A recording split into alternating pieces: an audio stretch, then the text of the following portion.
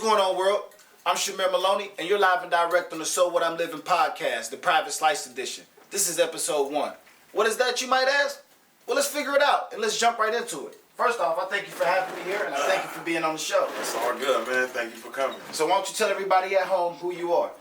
Hey, I'm Mike, Big Mike, and this is the Private Slice. It's a barbershop where it's nothing but fades, locks, natural hair services, and hair treatments going on. Yes, sir. And where we located at right here at Private Slice Bar? We close to Central Phoenix. We like 19th Avenue and Glendale, Bethany Home. The address is 6605 North 19th Avenue. Right. So you're just now setting up this shop, right? So,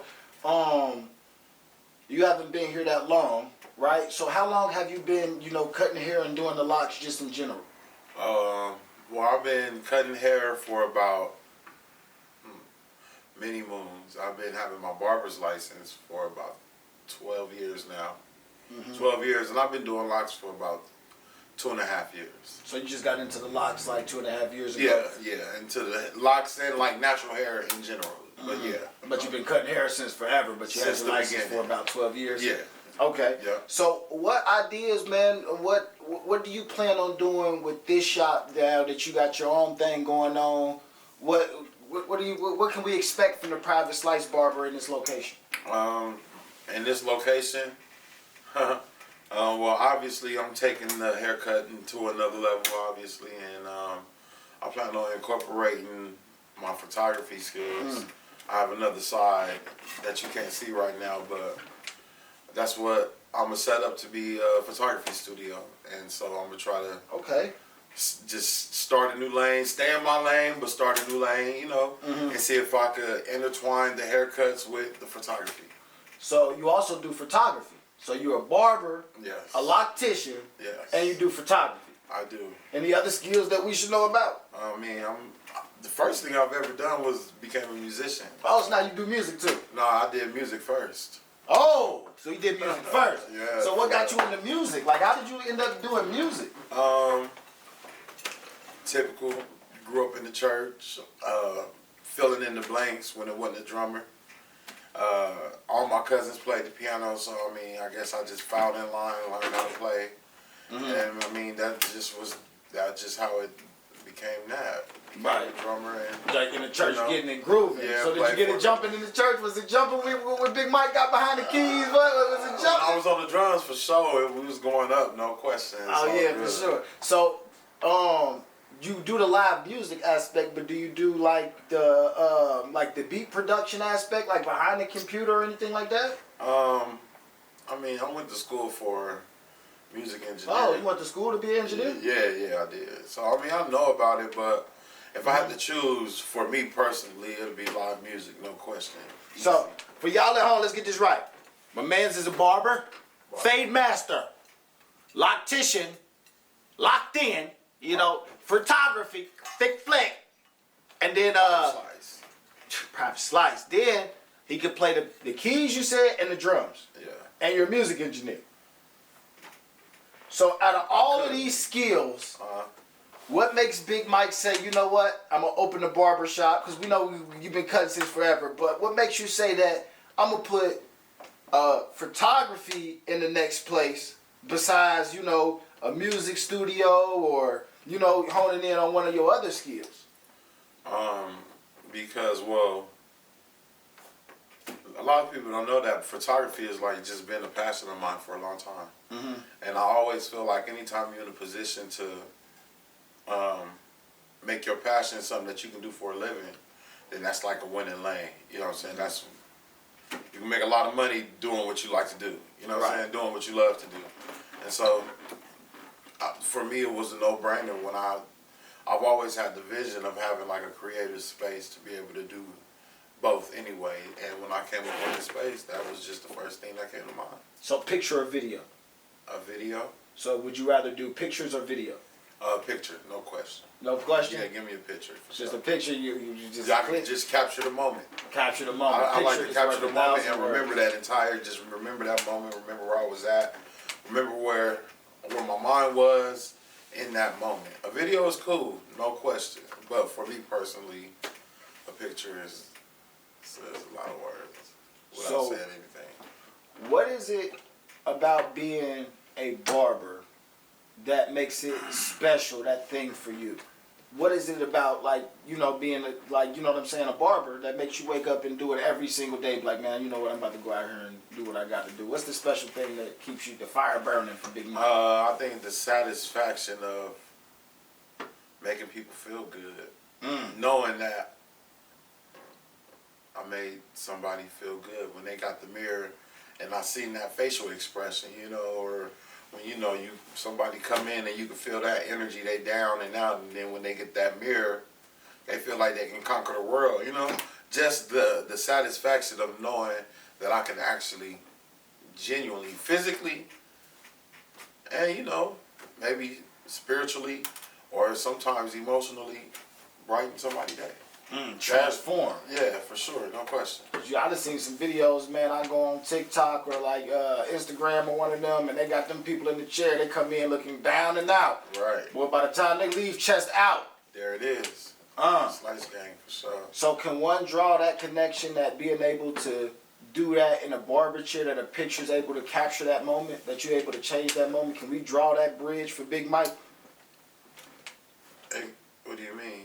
So you say just like being able to make a person feel good, look good. Like when you get out that chair, man, that's a moment right there. Right. So being able to capture that moment as soon as somebody get out the chair, or say, is it kind of like the same feeling? Like when you take a picture and cut a head, or lock up somebody? Kinda. I mean, I think a picture can last forever though. You know what I'm saying? So I mean, I think that's kind of like a way to eternalize the moment, or whatever you want the picture for. Like a picture. That's why I like pictures over videos, because a picture, you could get what you want from it. You could look at the same picture 100 times and get 100 different things from it. You know what I'm saying? So I mean, I kind of like the aspect of a picture, and I think, sometimes them haircuts hit so hard, you might catch somebody in the right moment and be like, "Hey, man, I want to freeze this moment. We can go right over to the photo studio and get it in, just like that." Exactly. Yeah, so I can definitely feel that. So my next question is, why own your own shop versus just cutting in another shop? Why own my own shop versus cutting out another Yeah, because like now you got your own shop, you're doing your own thing. What made Big Mike say, man, you know what, I got to open my own shop versus, working in a barber shop, around other barbers? There's several reasons. I think one of the main reasons is really not even for me. It's really for the people. It's really to give the clients the opportunity to be themselves and have a real life private setting where we can be us, where we can talk about the stuff that they tell you not to talk about. We could talk about religion, bro. You know what I'm saying? We could talk about the Democrats. We could talk about the Republicans. We could talk about whatever we want, and it's all good. And it's fair game. We could talk about gender, sexuality. You know what I'm saying? We could talk about all the stuff that they don't want us to talk about, and you can express how you really feel. Period. So you might want to come in and tell me how bad the relationship is. You know what I'm saying? You might want to come in and tell me how bad the day was. You might want to come in and tell me how you just messed up, without being judged. Because you know what I'm saying, most people who come to a barber and have a real barber, they probably have a connection with that barber, and they probably feel like they can talk to that barber. Yeah, a lot of people do talk to the barber. And so I mean, I think that's pretty important too. So you're kind of like a therapist too. I think I am a therapist. Because going to the barber is like therapeutic. Yeah. And I think, for a long time, everybody, we all done heard of the barber as your therapist, the barber be your counselor, your relationship manager, your, your Cupid person try to set you up with people, whatever you want. So, I mean, I think it's pretty important for sure. But see, becoming a therapist is kind of deep, right? Because now you get to take you got all this energy coming up in here. How do you deal with all these different emotions and energy coming into your space? Like, cause like a lot of people don't think about that, right? Because we think about we going to the barber, we about to get a haircut, we gonna let off our shit, we gonna bounce, right? But a lot of people don't think about, damn, when I had a bad day, I just came and put it on Big Mike. Because he listened to it. I left the barbershop feeling good, but I wonder how he feel about the situation, you know? Right. You know, I do recognize that people come in with, like, energies, you know what I'm saying? Especially when we cutting their hair and we got our hands on their head, on the crown of their head, we got that physical connection, man. That's, we definitely draw out a lot of that negative energy and hold on to it for, you know. Yeah. And if you're not careful, you'll find yourself in a situation where your attitude ain't where it's supposed to be when you get home. For some reason, you hella irritable. For some reason, you gotta smoke real quick. And then maybe after I smoke, you know what I'm saying? Or whatever. But for me personally, I recognize that it's that. I recognize that if I happen to cut 15 people in a day, 7 of them people have a bad day, I get that negative energy on me. I know, me personally, before I leave, I need to decompress. I need to get it off. Exactly. You know what I'm saying? So, I mean, I just stay aware of that. I mean, I have my, like, you know, it might have been a good example, but for me personally, I have my ritual. What I like to do before I go home. When I'm done cutting, I don't even leave the shop right away. I clean up and I chill out. Right. I decompress in here. That's what I do personally. So when I leave out of here, when I leave work, I leave work. I ain't necessarily that no more. You know what I'm saying? You don't want to take work home with you. I don't do it.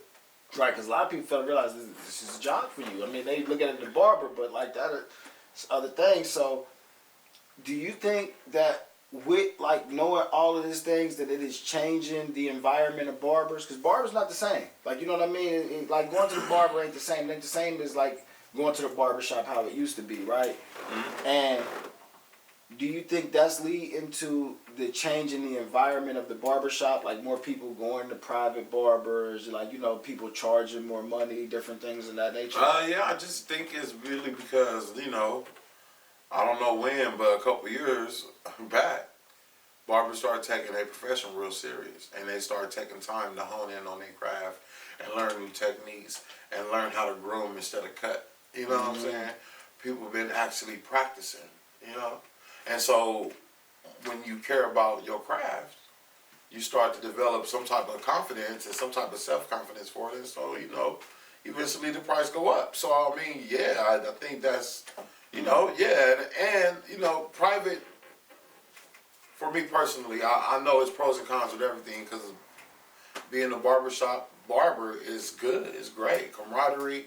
And all of that other stuff, you know what I'm saying? You got the bootleg man who's going to come through and make sure you got what you need with the good colognes and all of the Gucci shoes. You know what I'm saying? And that's all fun.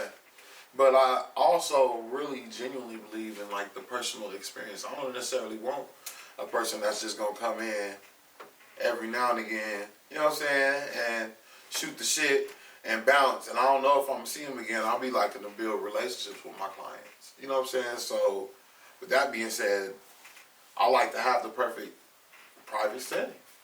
We could actually build a relationship. It could be one-on-one. It's us. You know what I'm saying? When you come in, you don't see nobody. You see a TV and a couch and a massage chair. You know what I'm saying? And me. And that's it. You can be whoever you want to be. And I really believe that, for me personally, is how I have been able to get further in the barber game.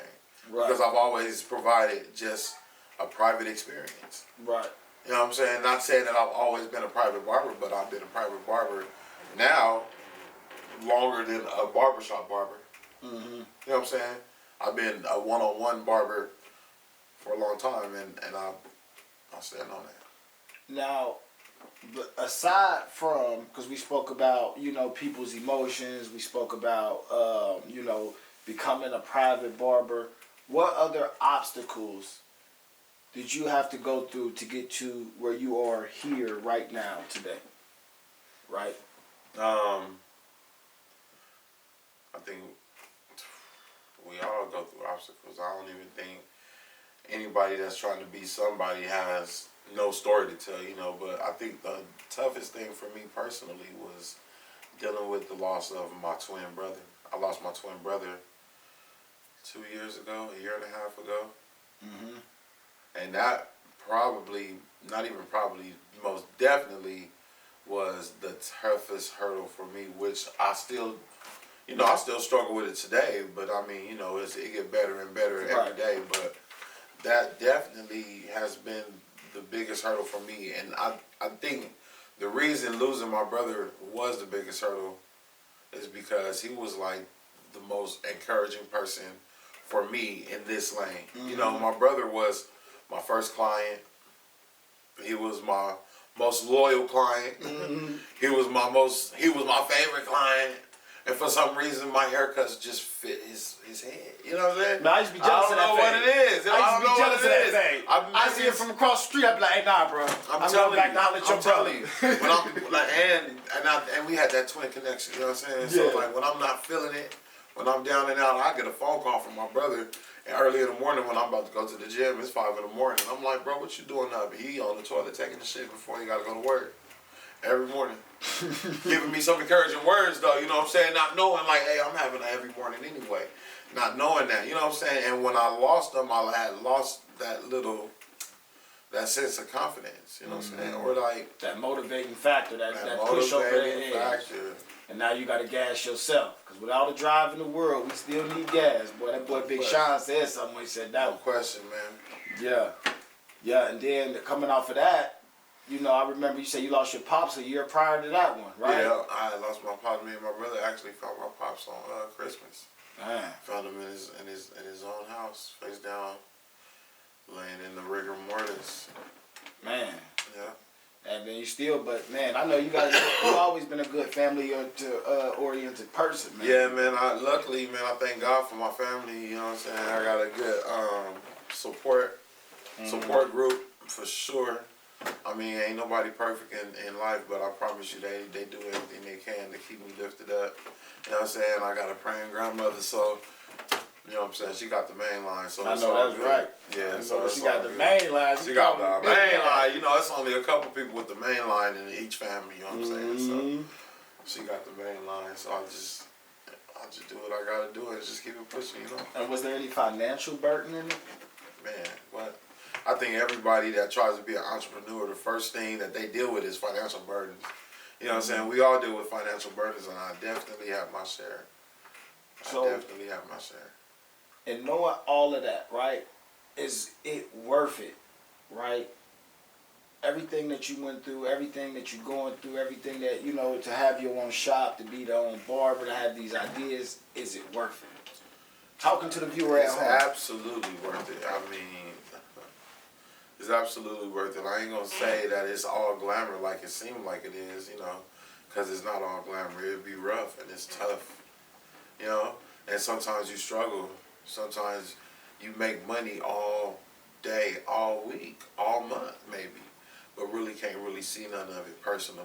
You know what I'm saying? So it is rough sometimes, but it always all pay off.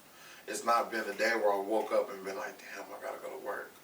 You know what I'm saying? Right. Like I don't come to work with that stress ever, ever. And I've been doing it for a long time. So I mean, it's real life perks. Ever since I became committed to my profession, committed to being an entrepreneur.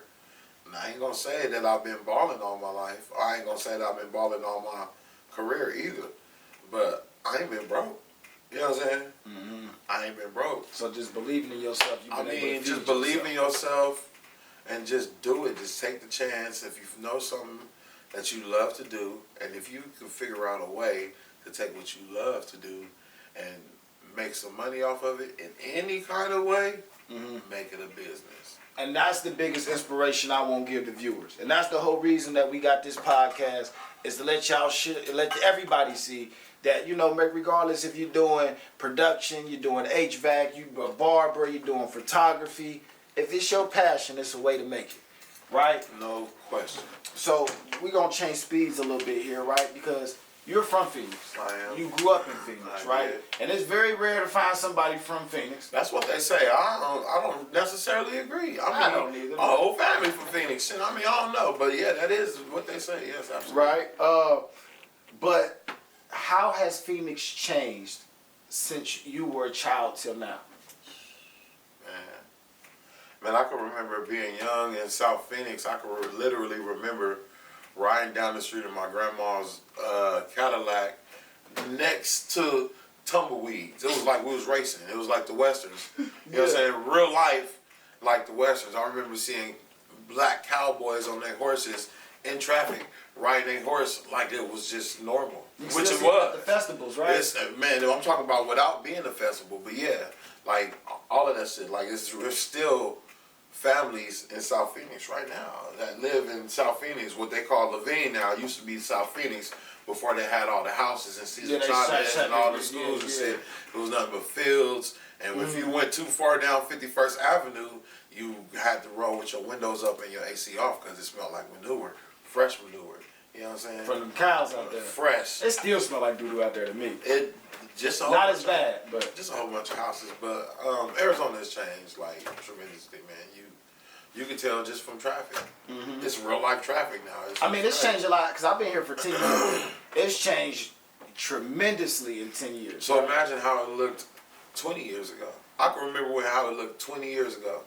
20 years ago in Phoenix, 20 years ago in downtown Phoenix didn't look nothing like that. So Nothing. I spoke with somebody that knows the city developer, Okay. right? And the planners or whatever, and he said that he told him, this is his words, that Phoenix would be the #1 city in the country in the next 5 years. And he said that he believes the guy because he said 10 years ago, he said that Phoenix would be what it is today. How do you feel about that? I wouldn't necessarily go crazy and say the #1 city in the country. I don't know about saying that. You know what I'm saying? But I will say Phoenix is growing. Phoenix is getting more popular by the day. Literally, we have more visitors who come, stayers, more people who come on vacation and never leave because of probation. So, I mean, we always growing, you know what I'm saying? Residents. Yeah, for real. So, like, literally, AZ is, like, almost like the place to be from being old and wanting to retire. You know what I'm saying? It's a lot of that going on. From being young and outside, you know, you might be a young entrepreneur with a little bit of money and you still like to party. Phoenix is definitely the place for you, you know what I'm saying? It's a lot of secret millionaires that live in Phoenix. It's a lot of famous people that live in Phoenix or in Arizona, you know what I'm saying? So I mean, Love it right there. Arizona is and plus the weather, you know what I'm saying? It's winter right now, but it was 70 degrees today. Genuinely winter right now. It was 80 degrees yesterday. So I mean, it'd be kind of, you know. So I mean, Arizona is a popping state, and we ain't doing nothing but growing and getting better. So yeah, I might not say #1, but definitely growing. No question.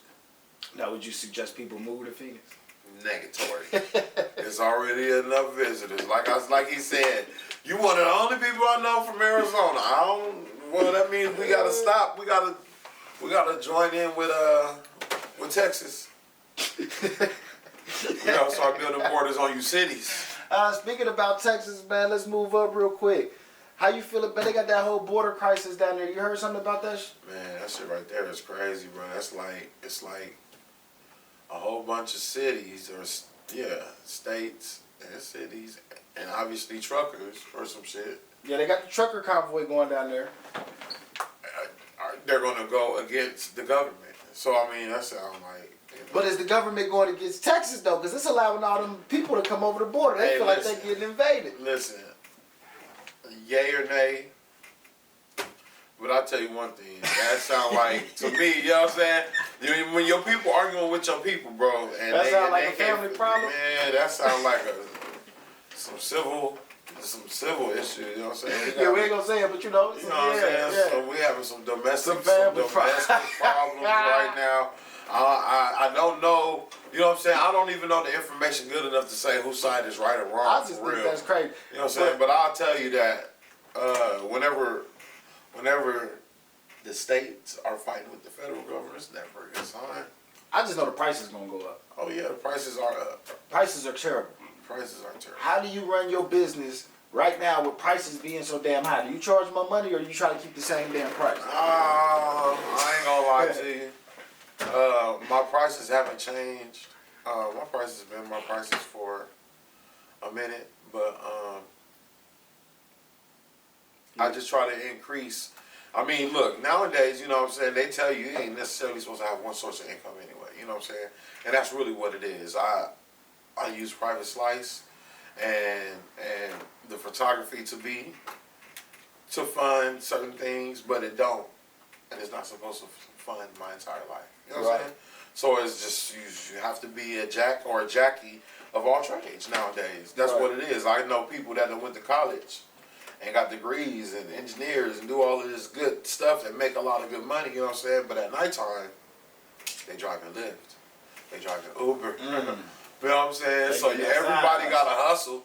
So that's just the name of the game nowadays. I'm just... So in either way, if you got a job or not, you still out here you gonna end up hustling another way, form, or fashion. I'm not trying to say it's not that certain small percentage of people that's just, you know, that's good. I ain't saying that. Because it is. I'm saying that, hey, look, we broke. If you ain't broke and you ain't hurting right now, you might be the problem. You understand what I'm saying? I ain't saying like I'm broke, like you know what I'm saying? But I'm saying, like, bro, price is high. Like, I can't keep going out here, you know what I'm saying, paying $30 for a Big Mac meal, even though I don't eat McDonald's. You get the picture. You get to understand it. Yeah, bro, like, you know what I mean? I'm waiting on gas to go high, but what they say on YouTube now, I digress. I digress. Yeah, we YouTubers now. Officially, we get to say, yeah. Another magic moment. There we go. Yeah. All right, so last, man, man, we've been here kind of all day because y'all don't know. This is the second time we had to shoot this because I had a camera on the first time. He was passing me marijuana. Oh, man, exposure. Yeah. So, how do you feel about the Nicki and Megan beef? Yeah, Nicki Minaj and Megan Thee Stallion, the thick black chick, they beefing. Because, I guess Megan Thee Stallion made a song with Cardi B, and she was supposed to be friends with Nicki. And Nicki and Cardi B don't fuck with each other. Supposedly, about the queen of rap shit. Sound like some girl shit? Is it some girl shit? Yeah, man. She dropped the that song. That sounds like some shit that... Hey, but you know what? Let me say. I don't know. Did you not hear a song called Bigfoot? No. Nicki But, yeah, I did. I did hear that song. But let me say this. I will say, like, you know, if you my homeboy and I'm your homeboy and you do a song with my ops that we know is the ops for me, I might be kind of salty. But at the same time, I'm not gonna necessarily stand in the way you getting your bag. You know what I'm saying? Yeah. I ain't going to the studio about it. I might call you. What if Nicki went to the studio so she can get part of the bag? I dropped a good song. And then so there's a hell of a fucking marketing team. It was like, man, fuck it, I want part of your bag too. Fuck y'all. I'm gonna drop a diss song. Bigfoot. I ain't mad at that though. That's what you're supposed to do. For real. Bigfoot just. But see, that's the music industry. So I mean, Bigfoot, that's the zinger too. So I mean, in the music industry, that's probably some shit that's. You know what I'm saying? That's Megan come out with a song called something about sex offender or something, because you know Nicki Minaj is supposed to be her husband or fiance a sex offender. Is a sex offender? On the list, can't go to schools. What? He is? I don't know who that nigga is. It's you talking about the light skinned nigga? The light skinned nigga, yeah, the one that was supposed to get into it with Offset, like the bald head looking. Okay. It's all weird, bro. I don't get into it because it's all weird. It's crazy how these popular people who got all of this influence still be on little kid nigga shit. Yeah, that is very weird.